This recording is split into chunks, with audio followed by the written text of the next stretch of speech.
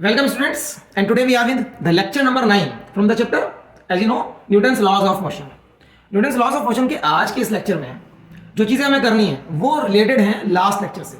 जैसे कि last lecture में आपको याद होगा हमने सीखा था जो स्ट्रिंग में फोर्सेस लगती हैं, टेंशन फोर्सेस, कि उनका क्या कॉन्सेप्ट है, उनको किस तरीके से लगाया जाता है, उनका डायरेक्शन ऑफ एप्लीकेशन क्या होता है। अब उन टेंशन फोर्सेस से रिलेटेड किस तरीके के क्वेश्चंस या किस तरीके के कॉन्सेप्चुअल क्वेश्चंस पूछे जाते हैं हमारे एग्जामिनेशंस में, आज हम वो सीखने वाले हैं। और ये सारे कॉन्सेप्ट्स और क्वेश्चंस जो आज आपको सिखाऊंगा या जो भी टॉपिक्स हैं ये इक्वली इंपॉर्टेंट है क्लास 11th के स्टूडेंट्स के लिए भी और उन स्टूडेंट्स के लिए भी जो किसी भी कंपटीशन जैसे कि जेईई या नीट की प्रिपरेशन कर रहे हैं। तो आइए स्टार्ट करते हैं आज के लेक्चर को। देखिए आपके सामने डायग्राम्स हैं, मैंने कुछ डायग्राम्स बनाए हुए हैं। जैसे कि एक पुली है और पुली के ऊपर स्ट्रिंग है और स्ट्रिंग के दोनों एंड्स पर कुछ ब्लॉक्स लगे हुए हैं, एक एक ब्लॉक्स लगा हुआ है, यहाँ पर एक एक ब्लॉक है, ठीक है। ऐसे ही यहाँ पर एक टेबल के एज पर एक पुली लगा दी गई है और उसके ऊपर से एक स्ट्रिंग जा रही है और स्ट्रिंग के दोनों एंड्स पर एक एक ब्लॉक को हमने टाई कर दिया है। अब अगर इस सिस्टम को रेस्ट से रिलीज करा जाए तो ये वाला ब्लॉक नीचे जाएगा। अगर टेबल का सरफेस स्मूथ है तो डेफिनेटली नीचे ही जाएगा। अब जब ये नीचे जाएगा तो फिर हमसे इसमें किस तरीके के क्वेश्चंस पूछे जाते हैं। सिमिलरली टेबल का हॉरिजॉन्टल सरफेस की जगह हमारे पास एक इंक्लाइन प्लेन हो सकता है या फिर दोनों साइड इंक्लाइन प्लेन भी हो सकते हैं। इन सारे क्वेश्चंस में क्या चीज मेनली पूछी जाती है बेटा, इन सारे क्वेश्चंस में या इन जैसे और भी टॉपिक्स में जो मेन चीज हमसे पूछी जाती है वो होता है एक्सेलरेशन ऑफ द ब्लॉक्स, कि जब वो ब्लॉक मूव करेंगे, मोशन में आ जाएंगे, उनका एक्सेलरेशन क्या होगा। और दूसरी चीज पूछी जाती है जो भी स्ट्रिंग्स हैं उन स्ट्रिंग में कितनी टेंशन फोर्स लग रही है। ये चीजें हमसे मेनली इन क्वेश्चंस में पूछी जाती रहती हैं। तो आइए स्टार्ट करते हैं और देखते हैं कि कैसे हम इन चीजों का आंसर निकाल सकते हैं। ठीक है, पहला टॉपिक रहेगा हमारा दिस वन, इसको एटवुड मशीन भी बोलते हैं। और आपको याद होगा कि लास्ट क्लासेस में हमने टॉपिक नंबर 1 से स्टार्ट करके टॉपिक नंबर 11 तक जा चुके हैं। तो आज जो हम टॉपिक करेंगे उसको हम काउंट करेंगे टॉपिक नंबर 12 से स्टार्ट करते हैं। ओके, तो ये हो जाएगा हमारा topic number 13 and this will be the topic number 14 और ये हो जाने वाला है टॉपिक नंबर 15। इन चारों टॉपिक्स को डिटेल से देखेंगे और पहले टॉपिक को तो बहुत ज्यादा डिटेल में आप मेरे साथ देखने वाले हो सो दैट इन जैसे और भी क्वेश्चन अगर आए तो उनको इजीली हम सॉल्व कर सकें। चलिए स्टार्ट करते हैं। अब स्टार्ट करने से पहले आपको मैं एक चीज और बोलूंगा कि बेटा अगर लास्ट क्लास आपने नहीं देखी है जिसमें मैंने टेंशन फोर्सेस के सारे कॉन्सेप्ट सिखाए हैं तो आपको आज की क्लास समझ में नहीं आएगी। तो इट विल बी बेटर कि इससे पहले आप लास्ट क्लास जरूर जाकर देख लें, अदरवाइज आज की क्लास का पर्पस बिल्कुल फेल हो जाएगा आप लोगों के लिए। लास्ट क्लास अगर आपको देखनी है तो आप जाएं फिजिक्स, ऊपर यूट्यूब पर सर्च करें फिजिक्स सीखो न्यूटन्स लॉज ऑफ मोशन #8, तो आपको लेक्चर नंबर 8 मिल जाएगा जहां पर टेंशन फोर्सेस बिल्कुल डिटेल में सिखाई गई हैं। उसके बाद आप इस लेक्चर पर आइए। अगर आपको टेंशन फोर्सेस के कॉन्सेप्ट सारे क्लियर हैं तो you are welcome and now we are starting with the lecture. Atwood machine किसे बोलते हैं बच्चों? एटवुड मशीन होता है हमारा ये पूरा सिस्टम। अगर आप एचसी वर्मा में जाएंगे वहां देखेंगे तो इसका यहां पर इस मशीन का वहां पर नाम लिखा गया है एटवुड मशीन। अब ये एटवुड मशीन क्या है, चलिए मैं इसको यहां से कॉपी कर लेता हूं और आगे इसको पेस्ट कर लेता हूं क्योंकि हमारा यही टॉपिक स्टार्ट होने वाला है। Yes, this is the Atwood machine. अब एटवुड मशीन में क्या क्या होता है, चलिए ये देखते हैं कि एटवुड मशीन में क्या क्या होता है।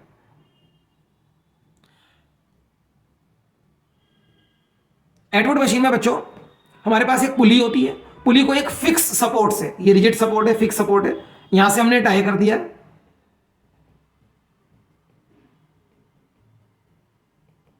और उस पुली के ऊपर एक स्ट्रिंग डाली है, रेड कलर की स्ट्रिंग जो है। स्ट्रिंग याद रखिएगा इनएक्सटेंसिबल होगी, मासलेस होगी। पुली भी हमारी मासलेस होगी, फ्रिक्शनलेस होगी। ये पॉइंट्स बहुत ध्यान के याद रखिएगा। स्ट्रिंग के दोनों एंड से एक एक ब्लॉक हमने टाई कर दिया है। एक ब्लॉक का मास m1 है और दूसरे ब्लॉक का मास m2 है, एज यू कैन सी। अब इन दोनों ब्लॉक्स को, सपोज मैंने अभी इस ब्लॉक को यहां पर पकड़ा हुआ है, जैसे ही मैं इस सिस्टम को रिलीज करूंगा फ्रॉम रेस्ट तो कोई एक ब्लॉक नीचे जाएगा और दूसरा ब्लॉक ऊपर जाएगा क्योंकि दूसरा ब्लॉक उसी स्ट्रिंग के साथ बंधा हुआ है।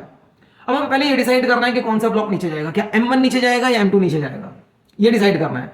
तो बेटा वो ब्लॉक नीचे जाएगा जो हैवियर, डेफिनेटली वही नीचे जाएगा ना जो हैवी है इनमें से। ठीक है, तो अभी हम मान लेते हैं कि m1 ब्लॉक का मास ज्यादा है, m1 is greater than m2, मतलब m1 ब्लॉक इज हैवियर, ये मानकर चलते हैं। तो जैसे ही मैं सिस्टम को रिलीज करूंगा तो m1 will move down and m2 क्योंकि उसी स्ट्रिंग से बंधा हुआ है will move up with the same acceleration and let the acceleration is a। m1 के नीचे जाने का एक्सेलरेशन a है, m2 के ऊपर जाने का एक्सेलरेशन भी यही होगा। सबसे पहली चीज होती है कि दोनों ब्लॉक्स के एक्सेलरेशन का रेशियो चेक कर लेना। अगर आप दोनों ब्लॉक्स के एक्सेलरेशन का रेशियो चेक कर लेंगे तो आधा काम हो चुका है हमारा। ओके, अब आपको क्या करना है, अब आपको इन दोनों ब्लॉक्स के फ्री बॉडी डायग्राम ड्रॉ करना है। फ्री बॉडी डायग्राम बनाते हैं और टेंशन मार्क करनी है स्ट्रिंग में, ठीक है ना। अब देखो टेंशन मार्क करते हैं। अच्छा, इससे पहले कि हम आगे बढ़ें, मुझे लगता है कि कुछ स्टूडेंट्स को लगता है, क्या है, मेरा हर साल का एक्सपीरियंस है कि ऐसे बहुत सारे स्टूडेंट्स होते हैं जिन्हें यही क्लियर नहीं होता कि व्हाट इज अ पुली। पुली क्या चीज है, ऐसे बहुत सारे बच्चे यहाँ पर भी होंगे, उनके लिए मैं बता देता हूँ कि पुली क्या होता है। बट आपने देखा होगा एक एग्जाम्पल की हेल्प से हम पुली को आसानी से समझ सकते हैं। चलिए मैं एग्जाम्पल आपके यहाँ पर प्ले कर देता हूँ। देखिए जैसे कि आप देख रहे हो कि पुली, जैसे कि किसी भी गांव में एक कुएं से, एक वेल से जब कोई इंसान पानी निकालता है तो वो रस्सी ऊपर एक छोटा सा व्हील होता है ना, उसके ऊपर से घूम कर आ रही होती है। वो व्हील क्यों यूज करते हैं, वो व्हील इसलिए यूज करते हैं कि रस्सी जब उसके ऊपर से आएगी तो हमारा जो डायरेक्शन ऑफ एफर्ट है, वो वाटर को ऊपर की तरफ खींचने का जो डायरेक्शन ऑफ एफर्ट होता है, वो डायरेक्शन ऑफ एफर्ट ऊपर की जगह से हटकर नीचे की तरफ आ जाए, सो दैट वो एफर्ट लगाना हमारे लिए बहुत ईजी हो जाता है। और ये जो व्हील है ना, जो व्हील यहाँ पर घूम रहा है, ये व्हील ही पुली है, ठीक है ना। ये जिसके ऊपर से स्ट्रिंग घूम के आ रही है, जिसके ऊपर से रस्सी घूम कर आ रही है, यही व्हील पुली है, इसी को पुली बोलते हैं। ओके, और आप ये पुली बहुत सारी मशीन्स में देखेंगे। ऐसी हर मशीन जिसमें कोई मोटर मशीन के मूविंग पार्ट्स को घुमाती है एक बेल्ट की हेल्प से, तो वो बेल्ट पुली के ऊपर ही तो घूमती है, ठीक है। तो ये हमारा पुली होता है। ऐसे यहाँ पर भी ये पुली है। पुली को मासलेस लिया जाता है हमारे क्वेश्चंस में और फ्रिक्शनलेस लिया जाता है, सो दैट ये स्ट्रिंग उस पुली के ऊपर से विदाउट एनी फ्रिक्शन स्लाइड करके आ जाए। ओके, तो ये पुली होता है। आई होप कि आपको पुली अच्छे से समझ में आ गया होगा। आगे बढ़ते हैं इस टॉपिक को लेकर, topic number 12, that is Atwood machine, जिसमें एक पुली के ऊपर एक स्ट्रिंग डाली गई है, दोनों एंड पर उस स्ट्रिंग के 2 ब्लॉक लगा दिए गए हैं और सिस्टम को रिलीज कर दिया गया है रेस्ट से। अभी देखना है कौन सा ब्लॉक नीचे जाएगा। डेफिनेटली जो हैवियर ब्लॉक है वही नीचे जाएगा, एंड हमने कंसिडर कर लिया है M1 is heavier than M2। आगे बढ़िए, देखिए इस टॉपिक को बहुत डिटेल से करने वाला हूं मैं आप लोगों के साथ, सो दैट आगे के टॉपिक्स बिल्कुल ईजी हो जाएं। तो M1 का फ्री बॉडी डायग्राम बना लेते हैं। M1 डेफिनेटली इसका मास नीचे जा रहा है, इसका वेट नीचे लग रहा है और टेंशन इसके ऊपर लग रही है। आपको याद है ना कि टेंशन स्ट्रिंग के एंड्स की तरफ से ऐसे लगती है। ये भी तो एंड है इस स्ट्रिंग का, और एक स्ट्रिंग में एक ही टेंशन होती है, ठीक है ना। एक स्ट्रिंग में एक ही टेंशन होती है, तो ये भी एक एंड है क्योंकि इस स्ट्रिंग के 2 पार्ट हो चुके हैं, एक इधर एक उधर, because of the pulley in between. तो यहां पर भी ऐसे टेंशन लग रही है और यहां पर भी ऐसे टेंशन लग रही है। This is the way to mark the direction of tension, जो लास्ट क्लास में भी आपको सिखाया गया था, ठीक है। इस तरीके से आपको टेंशन मार्क करनी है, दोनों एंड से middle parts of the string की तरफ, दोनों एंड से middle part of the string की तरफ, ठीक है ना। तो ये डायग्राम अगर आप देखो ध्यान से, यहां पर ये वाला डायग्राम, ये डायग्राम है M1 का, और इसी तरीके से मैं M2 के डायग्राम को भी यहां पर कंप्लीट करने वाला हूं।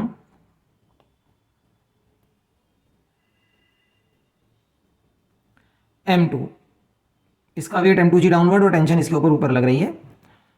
अब आप ध्यान से देखो, M1 का एक्सेलरेशन नीचे है तो मैंने इसका एक्सेलरेशन नीचे की तरफ मार्क कर दिया है। M2 का एक्सेलरेशन क्योंकि वो सेम स्ट्रिंग से बंधा हुआ है तो ऊपर की तरफ लग रहा है, ठीक है ना। अब आप आगे देखिए, अब मैं यूज करने वाला हूं second law of motion, Newton second law of motion, यही रियल लॉ है। इसको यूज करते हैं ब्लॉक M1 के लिए। तो आप देखो इसका एक्सेलरेशन नीचे की तरफ है ना, तो मैं नीचे के डायरेक्शन को इसके लिए पॉजिटिव मान लेता हूं। तो जब मैं लिखूंगा second law, that is F external is equals to इसका मास इनटू इसका एक्सेलरेशन, तो इसके ऊपर एक्सटर्नल फोर्स हो गई है डाउनवर्ड डायरेक्शन में M1G, और अपर डायरेक्शन की टेंशन को माइनस करेंगे, minus T is equals to इसका मास M1, इसका एक्सेलरेशन A। क्या मैं यहां से टेंशन का एक फॉर्मूला बना सकता हूं? बिल्कुल बना सकता हूं। Tension is equals to M1G minus M1A। ये मेरे पास इक्वेशन आ गई है, equation number 1 from the free body diagram of the block of mass M1। ऐसी इक्वेशंस हम पहले भी लिख चुके हैं, जिन लोगों ने लास्ट लेक्चर अटेंड किए हैं उनको याद होगा कि ये इक्वेशन हमने लास्ट लेक्चर में भी लिखी थी। अब आप देखिए, मुझे लगाना है M2 मास वाले ब्लॉक के लिए second law, F external is equals to इसका मास इनटू इसका एक्सेलरेशन होने वाला है सेकेंड लॉ। इसके ऊपर एक्सटर्नल फोर्स, क्योंकि इसका एक्सेलरेशन अपवर्ड डायरेक्शन में है, देखो ध्यान से, तो मैं अपवर्ड डायरेक्शन को इसके लिए पॉजिटिव ले लेता हूं। अपवर्ड डायरेक्शन की फोर्सेस लिखते हैं, T डाउनवर्ड में लग रही है, M2G इसका वेट इज इक्वल्स टू इसका मास इनटू इसका acceleration. Now this is my equation number 2। अब मुझे क्या करना है, मैं चाहता हूं कि मैं टेंशन और एक्सेलरेशन दोनों कैलकुलेट कर लूं। ये टेंशन भी मुझे कैलकुलेट करनी है और ये एक्सेलरेशन भी मुझे कैलकुलेट करना है। तो उसके लिए मेरे पास 2 इक्वेशंस हैं बच्चों, 2 इक्वेशंस और 2 ही अननोन। तो I can solve these two unknowns easily. आपको याद है 9th 10th क्लास में भी हमारे पास दो अननोन होते थे, एक्स और वाई, और उनके लिए हमें दो इक्वेशंस गिवन होती थी और वहां से हम एक्स और वाई को डिफरेंट डिफरेंट मेथड अप्लाई करके सॉल्व कर लिया करते थे। ऐसे ही आज भी हम करने वाले हैं। मेरे पास दो अननोन है, बस आज वो अननोन एक्स वाई की जगह टी और ए है और दो इक्वेशंस हैं। तो मैं यहां से एक काम कर लेता हूं, यहां से टेंशन की वैल्यू को इस वाली इक्वेशन में सब्स्टिट्यूट करता हूं, इक्वेशन 2 में। Substituting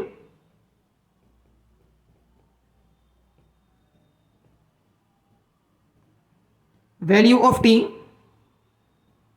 from equation 1 to equation 2। बहुत डिटेल में करेंगे आज इस चीज को, कोई भी चीज नहीं छोड़ने वाले हैं हम। तो यहां से सब्स्टिट्यूट करते हैं वहां पर।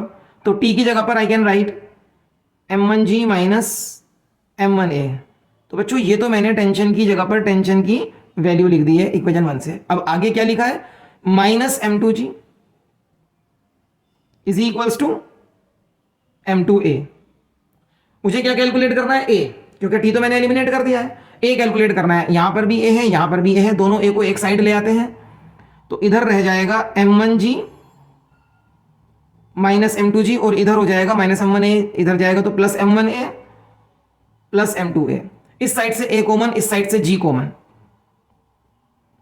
m1 minus m2g is equals to m1 plus m2 common a। इस साइड से g कॉमन, इस साइड से a कॉमन, ठीक है ना। तो m1 प्लस m2 को नीचे ले आए तो एक्सेलरेशन का फॉर्मूला हमारा रेडी है। देखो m1 minus m2 upon m1 plus m2, g को बिल्कुल ही बाहर कर दिया है, कॉमन कर दिया है, ठीक है। g को बाहर लिया जा सकता है यहां पर। So this is the formula for acceleration. ये एक्सेलरेशन हमने कैलकुलेट कर लिया है। सो क्या है acceleration, m1 minus m2 upon m1 plus m2 into g। याद रखें m1 कौन सा मास है, m1 है हैवियर मास, हमेशा याद रखें m1 है हैवियर मास इस फॉर्मूला में। ये फॉर्मूला हमें याद कर लेना है। अगर कोई भी न्यूमेरिकल इस डायग्राम पर आता है जिसमें हमसे एक्सेलरेशन ऑफ द ब्लॉक पूछा जाए तो इस फॉर्मूले से आप एक्सेलरेशन कैलकुलेट कर लेंगे। यही एक्सेलरेशन m1 ब्लॉक का है बट वो डाउनवर्ड है, और यही एक्सेलरेशन m2 ब्लॉक का है बट वो अपवर्ड है। सिंपल। अब मुझे टेंशन कैलकुलेट करनी है। टेंशन कैलकुलेट करने के लिए क्या करूं, एक वेरिएबल a तो सॉल्व कर लिया है ना, तो इस वेरिएबल को मैं इक्वेशन नंबर 1 या 2 में किसी में भी लगाओ, आप टेंशन कैलकुलेट कर लोगे। Tension solve. टेंशन बेटा फिजिक्स में यही होती है, ठीक है ना। टेंशन ये नहीं है, जो दिमाग में चल रहा है वो टेंशन नहीं है फिजिक्स में, ठीक। टेंशन यही होती है, रस्सियों के अंदर लगने वाली रिस्टोरिंग फोर्स। तो चलिए एक ही वैल्यू को मैं इक्वेशन नंबर 1 में डालता हूं और देखता हूं टेंशन कितना आ रहा है। आप भी मेरे साथ सॉल्व कर सकते हैं। तो I will put the value of a in equation 1। चलो इक्वेशन 1 को मैं दोबारा से यहां पर कॉपी कर लेता हूं। t is equals to m1g minus m1a। t is equals to m1g minus m1a। a की वैल्यू को यहां लगाना है लाकर। तो अभी जो a की वैल्यू आ चुकी है दैट इज m1 के बाद चलिए एक ब्रैकेट बनाते हैं और लिखते हैं m1 minus m2 upon m1 plus m2g। अब इसको आगे कैसे सॉल्व करें, देखो इसको सॉल्व करने के लिए मैं आपको बहुत सिंपल सा मेथड बता देता हूं। यहां पर क्या है वो, यहां पर भी g है, यहां पर भी g है। सबसे पहले इस g को कॉमन ले लो। तो t is equals to m1 minus m1, a की वैल्यू लिखिए, m1 minus m2 upon m1 plus m2, और g को बिल्कुल कॉमन कर दिया है मैंने। ये g कॉमन आ गया यहां से भी और यहां से भी, उसको बिल्कुल बाहर कर दिया। अब आप ले लो एलसीएम। तो एलसीएम आएगा m1 प्लस m2 और ये m1 के साथ मल्टीप्लाई हो जाएगा ना। तो m1 के साथ m1 प्लस m2 मेरा मल्टीप्लाई हो गया, माइनस बाकी सब एज इट इज कॉपी हो जाएगा। m1 माइनस m2 अपॉन जो एलसीएम लिया है वो है m1 प्लस m2 और g तो कॉमन चल ही रहा है। अब इसके बाद क्या करना है, ऊपर ये दोनों ब्रैकेट्स आप ओपन कर दीजिए और चेक करिए क्या आ रहा है। m1 square plus m1 m2 minus m1 square, minus minus फिर प्लस हो जाएगा m1 m2, और नीचे जो एलसीएम है वो m1 plus m2 as it is रहेगा, और g तो बिल्कुल कॉमन हो चुका है। ध्यान से देखो m1 square minus m1 square से कैंसिल हो रहा है और m1 m2 ऐड हो रहे हैं, तो इनको ऐड करो और फाइनल रिजल्ट मेरे पास आ गया 2m1 m2 upon m1 plus m2, और g तो कॉमन है, ठीक है ना। This is the final result. इतनी टेंशन लग रही है इस स्ट्रिंग में, टेंशन पूछा जाए इस फॉर्मूले से सॉल्व कर दीजिए, एक्सेलरेशन पूछा जाए इस फॉर्मूले से सॉल्व कर दीजिए। सो टेंशन और एक्सेलरेशन दोनों कैलकुलेट हमने कर लिए हैं। और ये टॉपिक 11th क्लास में डेरिवेशन के लिए भी आ जाता है कि इस डायग्राम में टेंशन का डेरिवेशन करके दो और ब्लॉक्स के एक्सेलरेशन का डेरिवेशन करके दो, तो आप ये डेरिवेशन भी रेडी कीजिए, specially class 11th students. Okay, अब यहां पर एक क्वेश्चन और बनता है। वो क्या क्वेश्चन है? वो क्वेश्चन थोड़ा सा एडवांस हो जाता है। वो क्वेश्चन ये भी पूछा जा सकता है बच्चों कि ये वाली जो स्ट्रिंग है, ये वाली जिस स्ट्रिंग ने पूरा सिस्टम संभाला हुआ है, पुली और दोनों ब्लॉक्स को, उस स्ट्रिंग में कितनी टेंशन है, उस स्ट्रिंग की टेंशन कौन बताने वाला है? तो देखो, ये भी तो एक स्ट्रिंग है, ये अलग स्ट्रिंग है, तो इसमें अलग टेंशन होगी। मान लो इस स्ट्रिंग में टेंशन है टी डैश, और टेंशन का रूल क्या है? एंड से मिडिल पार्ट्स की तरफ लगती है। अगर दिस इज अ स्ट्रिंग, तो इस वाले एंड से भी लग रही होगी नीचे, इस वाले एंड से लग रही होगी ऊपर। बिल्कुल वैसे ही देखो इसको, तो यहां पर भी ऐसे टेंशन लग रही होगी और यहां पर भी ऐसे टेंशन लग रही होगी। तो इसको मैं करने वाला हूं इसका फ्री बॉडी डायग्राम बनाकर। देखिए, क्वेश्चन पूछा जा सकता है हमसे कि what is the tension in this string, है ना? तो आप देखो, ये वाली स्ट्रिंग भी तो लग रही थी ना इस पे, इस स्ट्रिंग की वजह से टी और टी नीचे लग रहा है, बट यहां पर क्या हो रहा है? यहां पर टी डैश ऊपर लग रहा है। And because the pulley is at rest, pulley rest पर है ना, पुली तो मूव नहीं कर रही ऊपर या नीचे, तो ऊपर के फोर्सेस इज इक्वल्स टू नीचे के फोर्सेस हो जाएंगे। तो मैं यहां पर लिख सकता हूं T dash is equals to 2t, और यहां से क्या मैं कह सकता हूं? T dash is equals to, क्योंकि टी की वैल्यू अभी अभी आई है 2m1 m2 upon m1 plus m2 into जी, तो उसको 2 से मल्टीप्लाई करूंगा तो ये हो जाएगा 4m1 m2 upon m1 plus m2 into G. This is the tension in the string which is holding the pulley, और यही टेंशन होगी जो फोर्स फील कर रहा है वो ऊपर से रिजिड सपोर्ट। समझो इस चीज को, यहां से जो रिजिड सपोर्ट फील कर रहा है वो भी तो टी डैश है। तो इसको किसी भी तरीके से पूछा जा सकता है कि find the tension in this string, या find the force acting on the rigid support, acting on the ceiling, ये भी पूछा जा सकता है। तो वो टी डैश ही रहेगा। ओके, तो these are the different types of questions जो इस डायग्राम से पूछे जा सकते हैं, और वो हमने सॉल्व कर लिए हैं। नेक्स्ट हम करने वाले हैं इसको लेकर, टॉपिक नंबर 13। यहां पर भी एक पुली है, और वो पुली हमने टेबल के एज पर लगाई हुई है। तो टेबल की हॉरिजॉन्टल सरफेस पर एक ब्लॉक है और नीचे एक ब्लॉक दूसरे एंड पर बांध दिया गया है, और टेबल का सरफेस एकदम स्मूथ। अगर एकदम स्मूथ है तो कोई दिक्कत नहीं है, कितना भी लाइट ऑब्जेक्ट हो m, ये इसको नीचे लेकर ही आएगा अपने साथ। ठीक है, तो इट मींस ये नीचे जाएगा और ये इधर जाएगा। तो हमें पता चल गया, क्योंकि दोनों एक ही स्ट्रिंग से बंधे हुए हैं, दोनों का एक्सेलरेशन सेम रहने वाला है। चलिए स्टार्ट करते हैं हम अपने नेक्स्ट टॉपिक को, टॉपिक नंबर 13। इसको मैं यहां से कॉपी करता हूं और आगे लेकर चलता हूं।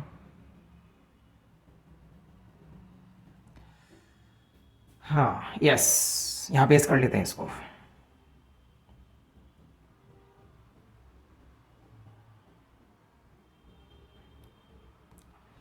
इन सभी टॉपिक्स को मैं पुली ब्लॉक सिस्टम भी बोल सकता हूं, और ये कॉन्स्ट्रेंट मोशन में काउंट होते हैं। कॉन्स्ट्रेंट मोशन का मतलब ये होता है कि किसी एक ऑब्जेक्ट का मोशन दूसरे ऑब्जेक्ट के मोशन को इफेक्ट कर रहा है, क्योंकि वो सेम स्ट्रिंग से बंधे हैं या कहीं ना कहीं एक दूसरे से कनेक्टेड है।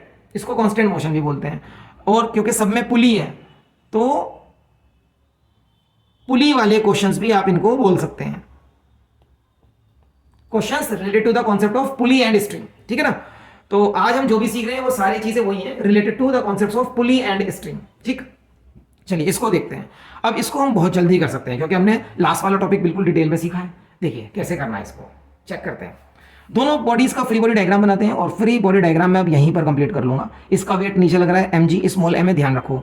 एक ही रस्सी है, पूरी रस्सी में एक ही टेंशन होगी। यहां टेंशन ऐसे लगेगा t, तो इस वाले एंड से नीचे की तरफ लगेगा t। इधर टेंशन ऐसे लगेगा t, और इस वाले एंड से इधर की तरफ लगेगा t। ओके, और इस वाले ब्लॉक का वेट है capital mg, and normal reaction मिलेगा इसको टेबल से डेफिनेटली n, और टेबल का सरफेस स्मूथ है, तो there will be no friction, कोई फ्रिक्शन नहीं है। अब आप ध्यान से देखो, क्योंकि फ्रिक्शन नहीं है, स्मूथ है, तो ये ब्लॉक कितना भी लाइट वेट का हो, ये इसको इधर खींच कर ही लाएगा, क्योंकि a very small force is enough to create motion, to start motion on a smooth surface, on a smooth surface. ठीक, नीचे जाएगा तो let its acceleration is a, तो सेम एक्सेलरेशन से इसको भी इधर जाना ही पड़ेगा।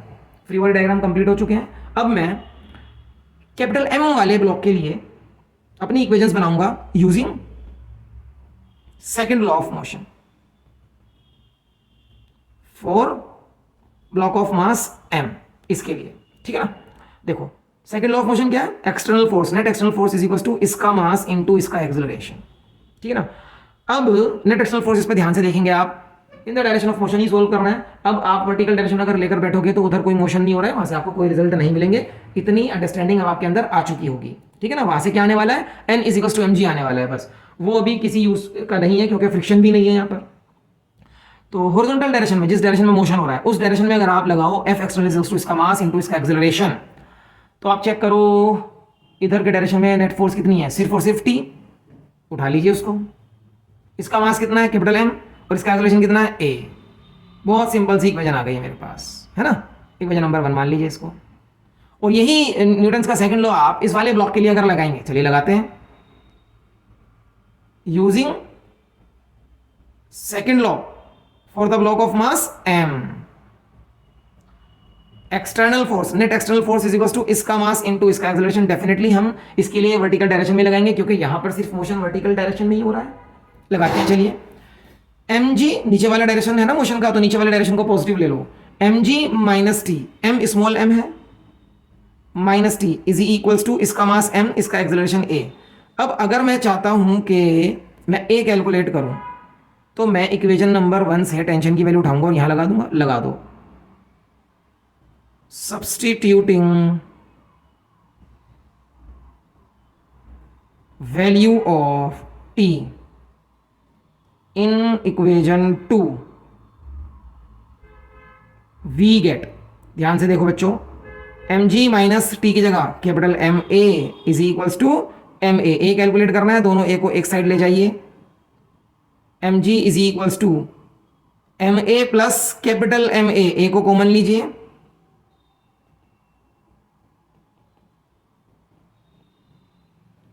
तो finally I am having a result m upon m plus capital M, g को बिल्कुल कॉमन कर लेते हैं। This is the formula for a acceleration. ऐसी सिचुएशन पे इस डायग्राम पे अगर कोई न्यूमेरिकल पूछा जाए आपसे और वहां पर एक्सेलरेशन पूछा जाए ब्लॉक्स का, तो सिंपल आंसर है m g upon m plus m, ये m upon m plus m into g, ये एक्सेलरेशन होगा। इस ब्लॉक का डाउनवर्ड होगा और इस ब्लॉक का टुवर्ड्स द पुली हो जाएगा। ठीक है ना।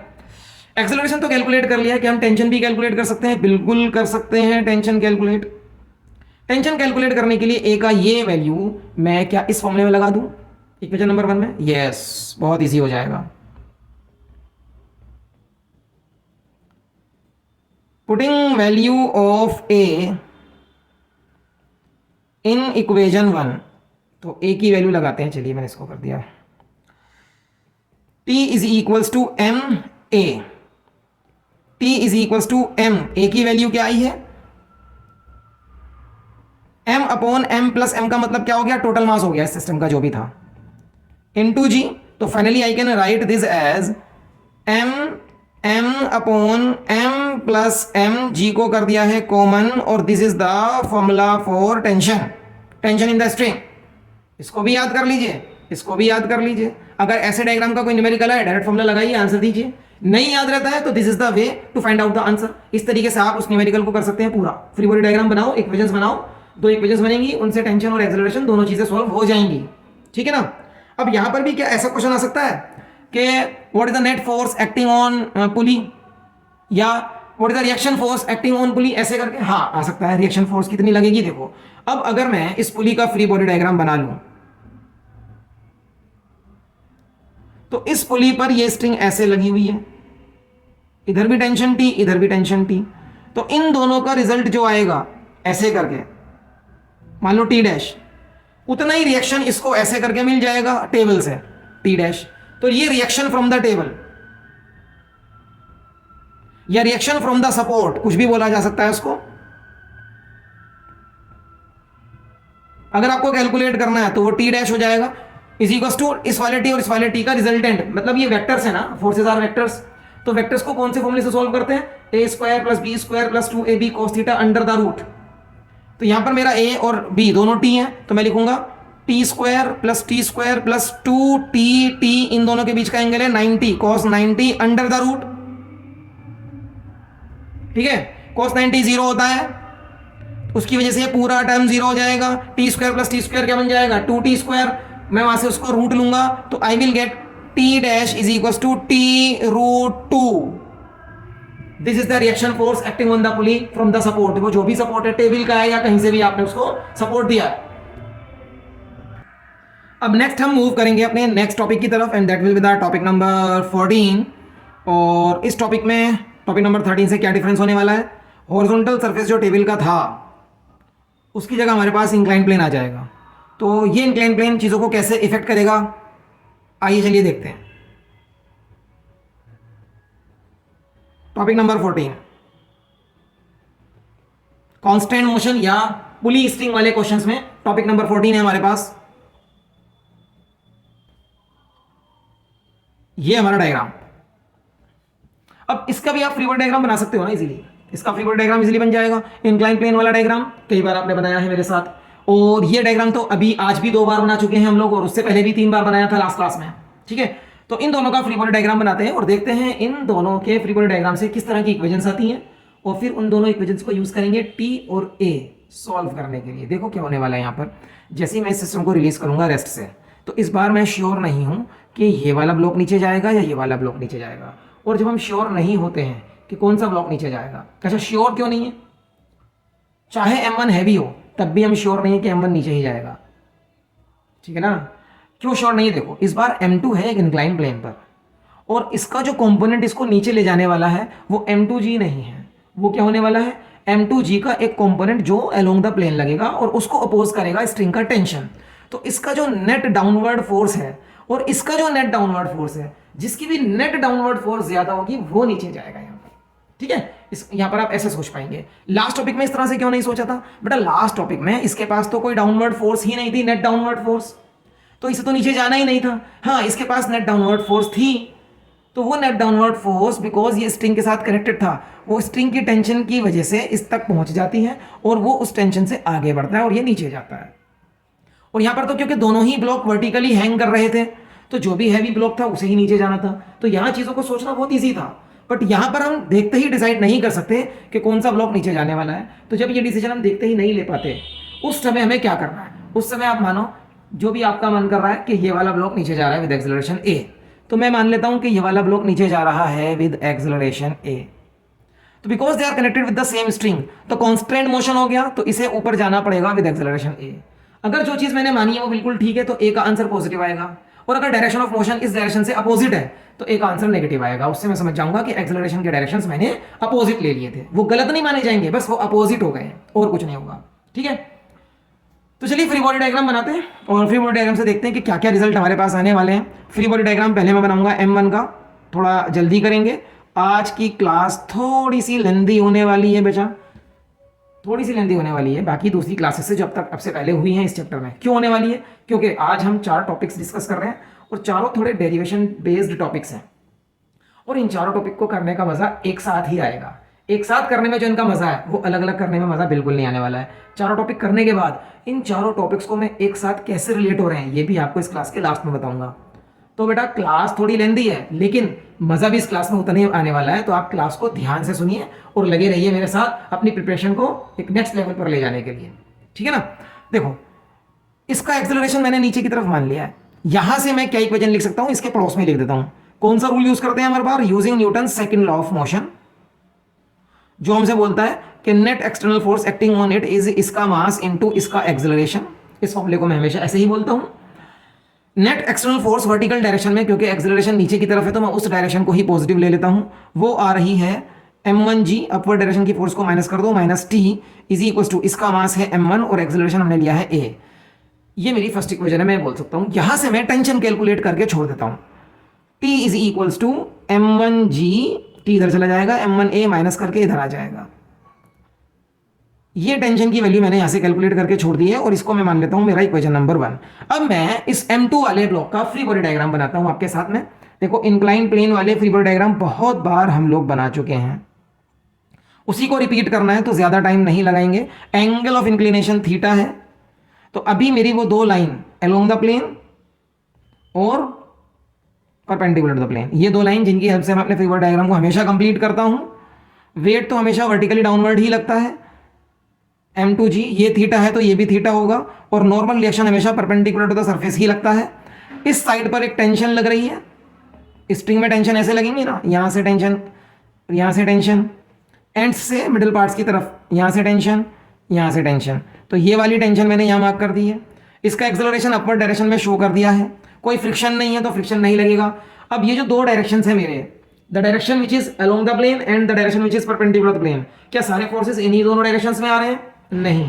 वेट जो है, वेट तो इस डायरेक्शन में नहीं आ रहा है, तो इसी को कंपोनेंट कर लो। इसके कंपोनेंट करूंगा तो आई विल गेट ये वाला कंपोनेंट m2g cos थीटा, जिसे नॉर्मल रिएक्शन ने बैलेंस करा है, and this component along the plane is m2g sin theta, और अलोंग द प्लेन डायरेक्शन में ही एक्सेलरेशन है a। अब मैं इसके लिए इक्वेशन लिखता हूं, तो I will write using second law of motion, Newton second law of motion,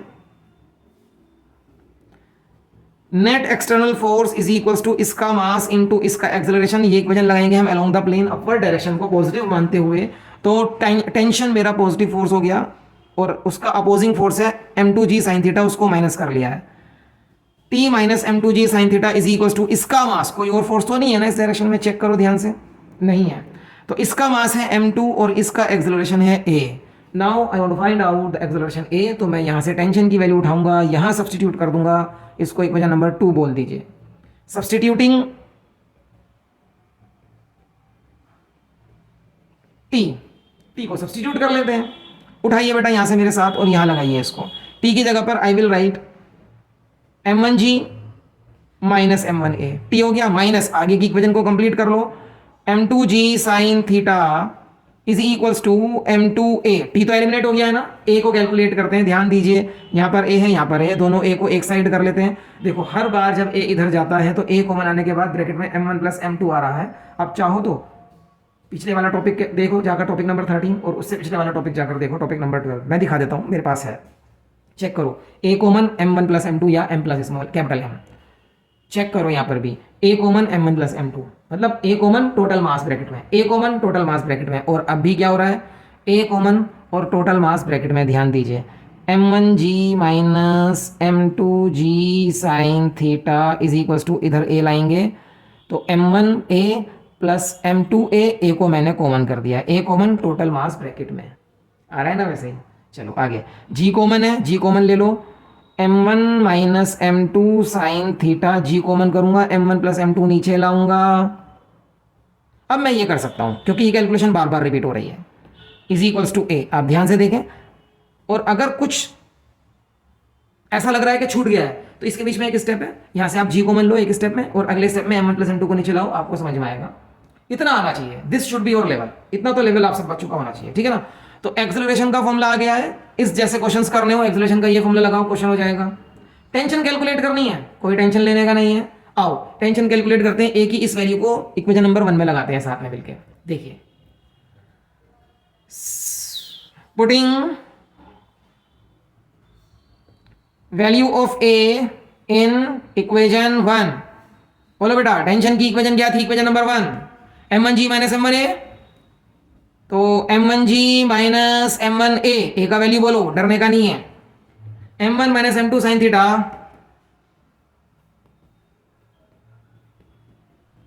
upon m1 plus m2 g, ध्यान दो g यहां पर भी है यहां पर भी है, जैसे पहले भी था और उससे पहले भी था, इस g को कर दो कॉमन, अगले स्टेप्स हो जाएंगे आसान।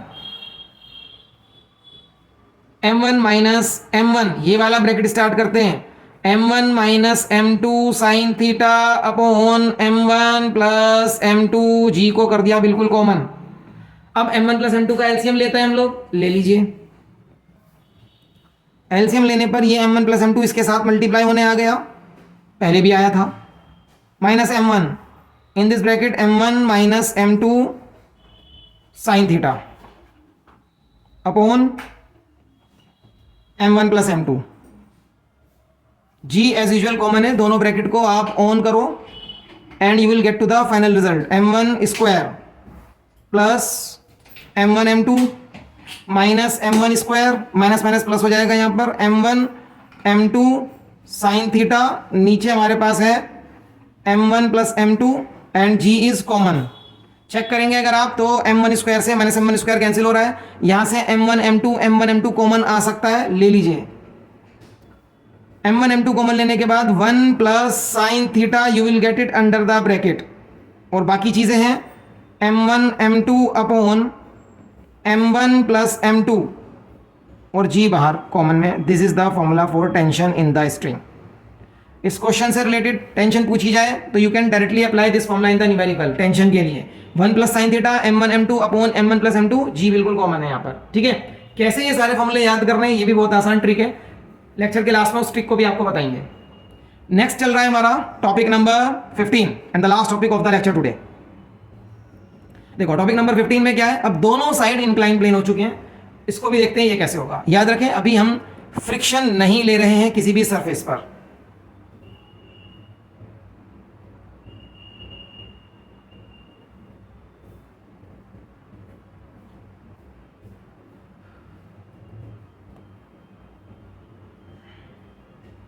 फिफ्टींथ कांस्टेंट मोशन में 15th और दोनों साइड आ चुका है इंक्लाइन प्लेन।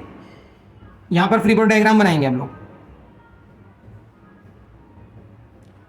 पुली को ऊपर लगा दिया है, we are having a string जो पास कर रही है पुली के ऊपर से, और m1 ब्लॉक जिस इंक्लाइन प्लेन पर है उसका एंगल ऑफ इंक्लिनेशन ध्यान से देख लो बेटा अल्फा है, और m2 ब्लॉक जिस इंक्लाइन प्लेन पर है उसका एंगल ऑफ इंक्लिनेशन बीटा है। तो दोनों के एंगल ऑफ इंक्लिनेशन भी अलग अलग लिए गए हैं। तो आप कह सकते हो कि this is the most general case, ये बिल्कुल जनरल केस है। और इसकी स्पेशलिटी क्या है, जनरल केस की भी स्पेशलिटीज होती हैं, वो अभी हम बताने वाले हैं आपको। पहले इन दोनों के फ्री बॉडी डायग्राम बना लेते हैं।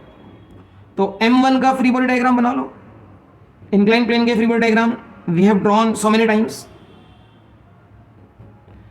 स्ट्रिंग में टेंशन लग रही है ना, ऐसे करके यहां पर भी ऐसे और यहां पर भी ऐसे, वन स्ट्रिंग वन टेंशन, ठीक है। तो let us complete the diagram. Tension ऊपर लग रही है और इसका वेट m1g ऐसे लगेगा, बट मुझे इन दोनों डायरेक्शंस में सोचनी है सारी चीजें। If this angle is alpha this will also be alpha. तो मैं यहां से देखूंगा m1g का कंपोनेंट ये वाला m1g cos alpha, and this component is m1g sin alpha, and I will assume कि m1 नीचे आ रहा है विद एक्सेलरेशन a और m2 ऊपर जाएगा फिर, क्योंकि वो इसी स्ट्रिंग से बनता है विद एक्सेलरेशन a। तो ये मेरा एक्सेलरेशन हो गया इसका नीचे जाने का। तो दूसरा फ्री बॉडी डायग्राम पहले बना लेते हैं, फिर दोनों की इक्वेशन एक साथ लिखेंगे। m2 का फ्री बॉडी डायग्राम, m2 का फ्री बॉडी डायग्राम मेरे पास है। वेट तो नीचे ही लगना है, m2g टेंशन इधर जा रही है, और क्या इन दोनों डायरेक्शंस पे सब चीजें हैं? नहीं है, वेट नहीं है। तो वेट के कंपोनेंट करेंगे, if this angle is beta this is also beta, so this component will be m2g cos beta and this component will be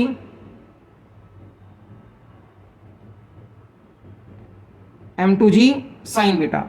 दोनों सरफेसेस से दोनों ब्लॉक्स को अपना अपना नॉर्मल रिएक्शन भी मिलना है। m2 वाले ब्लॉक का नॉर्मल रिएक्शन n2 लिख लीजिए, और इसके लिए नॉर्मल रिएक्शन हम मान लेते हैं n1, ठीक है।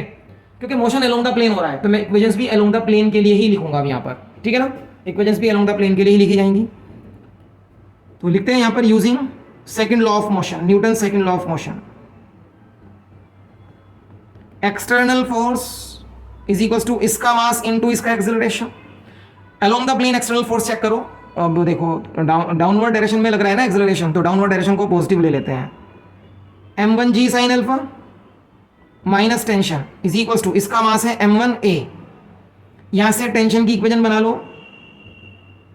टेंशन की इक्वेशन बन जाएगी यहां पर m1g sine alpha minus m1a, tension इधर आ जाएगा, प्लस t हो जाएगा, माइनस m1a। इसको मैं कह सकता हूं this is my equation number 1। जैसे हर टॉपिक में एक इक्वेशन नंबर 1 और एक इक्वेशन नंबर 2 आई है, वैसे ही इस टॉपिक में भी आएंगी, ठीक है। कुछ भी नया नहीं हो रहा है, बिल्कुल लास्ट 3 टॉपिक्स की तरह जैसा हुआ है वैसा ही होना है। Again for the second block we will use second law of motion, Newton second law of motion, which says that external force acting on the object is equals to इसका मास इनटू इसका acceleration. अभी किस direction में लगाना है? Along the plane लगाना है। तो अलोंग द प्लेन देखो क्या है डायरेक्शन ऑफ एक्सेलरेशन, वो है मेरा डायरेक्शन ऑफ एक्सेलरेशन अपवर्ड है। तो अपवर्ड डायरेक्शन को यहाँ पॉजिटिव मानेंगे, along the plane upward direction को। तो मैं लिखूंगा यहाँ पर t minus m2g sine beta is equal to इसका मास कितना है m2 और एक्सेलरेशन है a। तो अब मुझे अगर इक्वेशन 1 और 2 यूज करने हैं a और t को कैलकुलेट करने के लिए, तो मैं पहले a कैलकुलेट करूंगा bye substituting the value of t in equation 2। Equation 2 में वैल्यू ऑफ t को सब्स्टिट्यूट करते हैं, तो नेक्स्ट पेज पर हम इस इक्वेशन को कॉपी कर लेते हैं।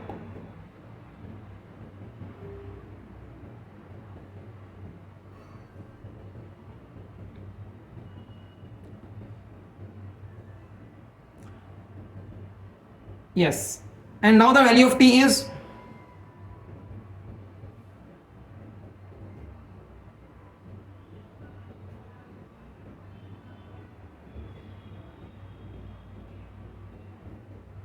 the value of t is m1g sin alpha minus m1a, वो यहां पर लगाते हैं m1g sin alpha minus m1a, आगे की equation minus m2g sin beta is equal to m2a। a calculate करना है, यहाँ पर a है, a इधर जाएगा, अगेन देखो वही चीज़ आ रही है फिर से, m1g sine alpha minus m2g sine beta is equal to m1a plus m2a। तो I can take a as common, यहाँ से g कॉमन आ जाएगा जैसे पहले भी आया था। g कॉमन करने के बाद मेरे पास इक्वेशन हो रही है m1 साइन अल्फा, ध्यान से देखो, minus m2 sine beta, m1 plus m2 को नीचे ले आते हैं, ये टोटल मास कहलाता है, सिस्टम का टोटल मास है, दोनों ब्लॉक्स का total mass m1 plus m2। g को बिल्कुल ही कॉमन कर दिया है, and finally I have got the formula for calculating acceleration. Numerical इस डायग्राम पर आए और सरफेसेस स्मूथ हो, याद रखिएगा, तो आप एक्सेलरेशन यहाँ से कैलकुलेट इजीली कर सकते हो, कोई दिक्कत नहीं है। इस एक्सेलरेशन की वैल्यू को अगर मैं टेंशन कैलकुलेट करने के लिए इक्वेशन नंबर 1 में सब्सटीट्यूट कर दूँ तो calculation of tension will be easily done. चलिए करते हैं इसको भी। Now substituting the value of a in equation 1,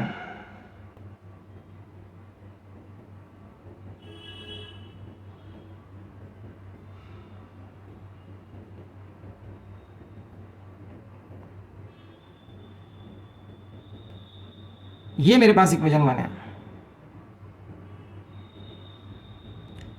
and I will write down the value of a in it.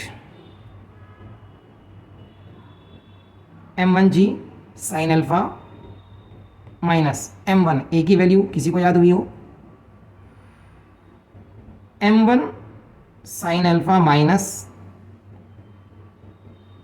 m2 sine beta upon m1 plus m2 into g. इतनी जल्दी कैसे याद हो जाएगी ये वैल्यू, मैं आपको बताऊंगा। क्लास खत्म होते होते आपको आज ये वैल्यू याद होने वाली है, ये फॉर्मूला याद होने वाला है। अगेन g को कॉमन लीजिए, कैलकुलेशन आसान हो जाएगी। m1 साइन अल्फा और एलसीएम भी ले लो साथ साथ, m1 plus m2 minus m1 इसका ब्रैकेट है, m1 sine alpha minus m2 sine beta, g common आ चुका है, and LCM is m1 plus m2।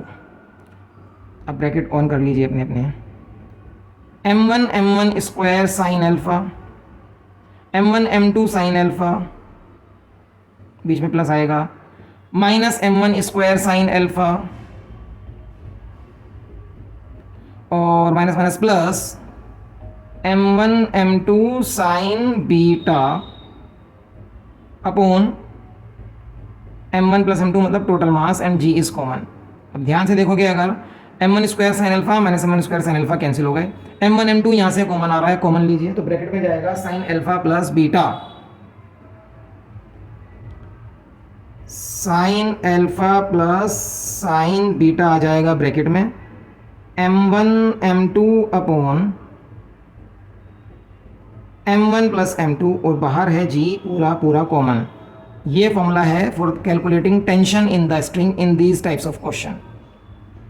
तो अगर इस क्वेश्चन में कुछ भी पूछा जा रहा है, एक्सेलरेशन या टेंशन, तो इस तरीके से आप करेंगे, एक्सेलरेशन का फॉर्मूला याद हो जाएगा और टेंशन का फॉर्मूला याद हो जाएगा, तो you can use directly formula याद नहीं है तो एक मेथड हमें पूरा मिल चुका है कि फ्री बॉडी डायग्राम बनाओ, दो इक्वेशंस बनाओ, दोनों इक्वेशंस को सॉल्व करो, एक्सेलरेशन भी आएगा, टेंशन भी आएगा, एंड न्यूमेरिकल इज डन। और न्यूमेरिकल भी सीख लिया, और अगर डेरिवेशन आ जाए तो इसी तरीके से डेरिवेशन करते हैं, डेरिवेशन भी डन। लेकिन आज जो हमने चारों टॉपिक सीखे हैं, कि क्या ये चारों टॉपिक्स के फॉर्मूले हमें इजीली याद हो सकते हैं? यस, इजीली याद हो सकते हैं। देखते हैं किस तरीके से। सो लेट्स कंक्लूड कि आज हमने जो 4 टॉपिक सीखे हैं वो किस तरीके से एक दूसरे के साथ इंटर रिलेटेड भी हैं, और अगर आपको ये रिलेशन इनका एक दूसरे के साथ समझ में आ जाएगा, so it will be very easy कि ये सारे फॉर्मूले आपको बहुत आसानी से याद हो जाने वाले हैं। तो सबसे पहले तो आप देखो बेटा, इस चीज़ को समझो कि आज जो भी आपने 4 टॉपिक्स करे हैं, नॉर्मली ये 4 topics they takes more than 2 classes, 2 to 3 classes to complete, और ये आज हमने एक ही क्लास में कंप्लीट कर लिए हैं। और इसके अलावा जो टॉपिक नंबर 15 है वो आज की क्लास का मोस्ट जनरल टॉपिक है। Most general topic in the sense कि टॉपिक नंबर 15 में ही टॉपिक नंबर 14, 13 और 12 सब इंक्लूड हो जाता है। कैसे इंक्लूड होएगा देखते हैं, आइए इन फॉर्मूले को समझ लेते हैं एक बार। देखो सारे फॉर्मूले जो भी एक्सेलरेशन वाले फॉर्मूले हैं, आप अगर देखोगे एक्सेलरेशन वाले फॉर्मूले में ये g/m1 + m2, this factor is common in every relation.